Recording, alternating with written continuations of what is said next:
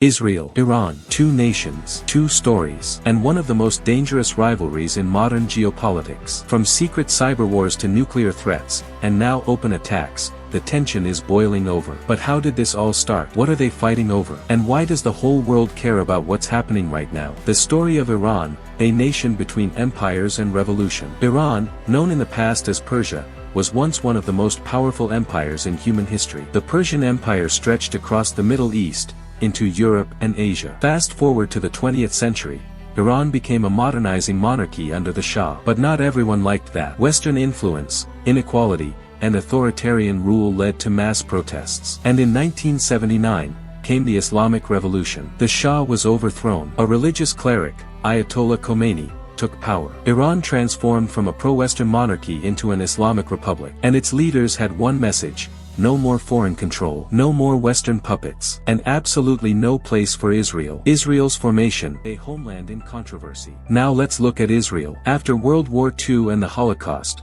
the Jewish people needed a homeland. The United Nations proposed a partition of British-ruled Palestine into two states, one Jewish, one Arab. The Jews accepted. The Arab nations did not. War broke out. Israel won, and was born in 1948. Since then, Israel has fought multiple wars with its neighbors, Egypt, Jordan, Syria, Lebanon. But here's what's crucial: Iran and Israel were actually allies before 1979. Iran was one of the first Muslim countries to recognize Israel. The Islamic Revolution changes everything. After the revolution, Iran's foreign policy flipped. The new regime called Israel a Zionist occupier and began supporting anti-Israel groups. This wasn't just about Palestine, it was ideological. Iran's government saw itself as the leader of a global Islamic resistance. Iran began funding and arming militant groups like Hezbollah in Lebanon and Hamas in Gaza. Both had one common enemy, Israel. And in return, Israel, backed by the US, saw Iran as its most dangerous regional enemy. The shadow war,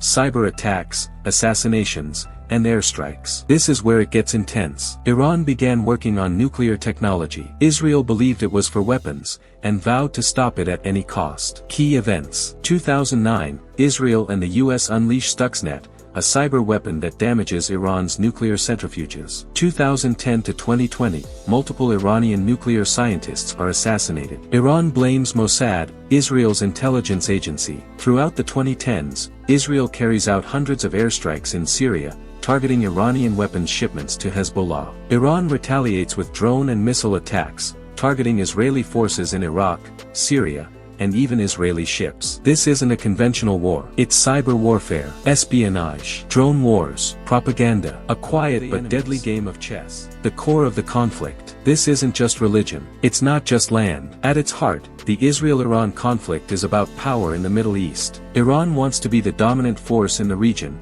a Shia Islamic powerhouse. Israel wants to maintain its security and alliances with the West. Throw in Saudi Arabia, the US, Russia, and you've got a tangled web of alliances and rivalries. And Iran's nuclear program, that's the red line. Israel believes a nuclear Iran is an existential threat. Iran says it's peaceful, but refuses full transparency. What's happening right now, June 2025? As of June 2025, tensions have exploded. Here's a quick timeline of recent events. April 2025, Iran accuses Israel of launching a covert attack on a key nuclear facility near Natanz. Several engineers are killed. May 2025, Iran fires a series of drones and short-range missiles toward the Golan Heights and northern Israel. Most are intercepted, but some cause damage. Reports emerge that Israel carried out targeted airstrikes inside Iranian territory, marking one of the boldest moves in years. The Israeli defense minister said, quote, "We will not allow Iran to cross the nuclear threshold." Iran's supreme leader vowed severe revenge and has reportedly mobilized proxy groups in Lebanon,